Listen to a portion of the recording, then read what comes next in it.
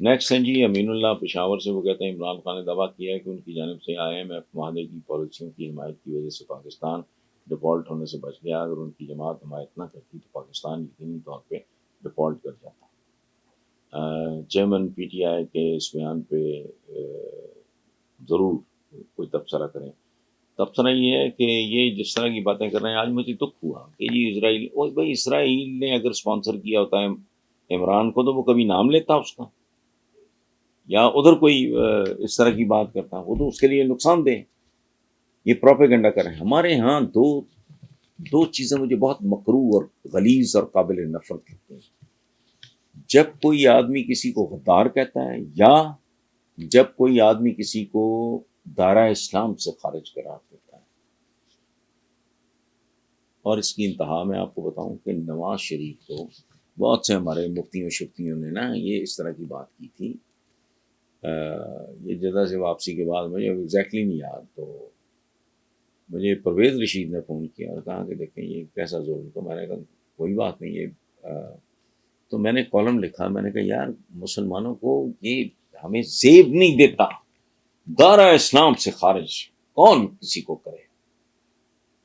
جب تک میں یہ کہہ رہا ہوں کہ یار میں ایک خدا، ایک رسول، ایک کتاب کا ماننے والا ہوں، تو آپ کون ہوتے ہیں؟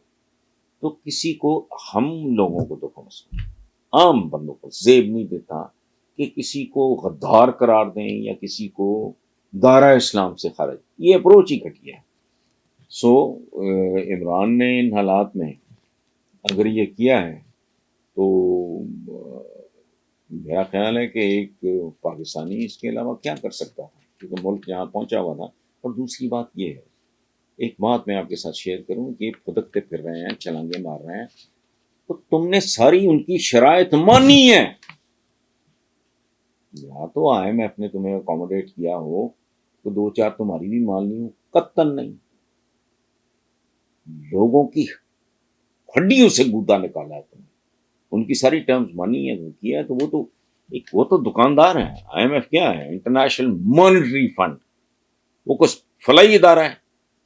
تو یہ غلط ہے، یہ ہم ہی پھدک رہے ہیں، نمبر بنا رہے ہیں، کچھ بھی نہیں۔ انہوں نے سارے کا سارا بوجھ جو یہ کام کر رہے ہیں، جو انہوں نے کہا تھا اس پہ عمل درآمد ہو رہا ہے۔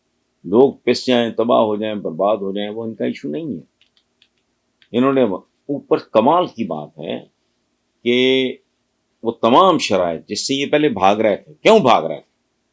انہیں پتا تھا عوام تنگ ہوں گے، عوام سے دلچسپی نہیں ہے ان کو۔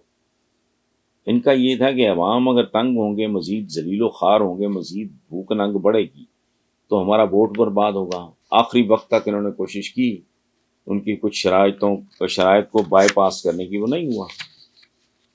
کون سا کمال ہے؟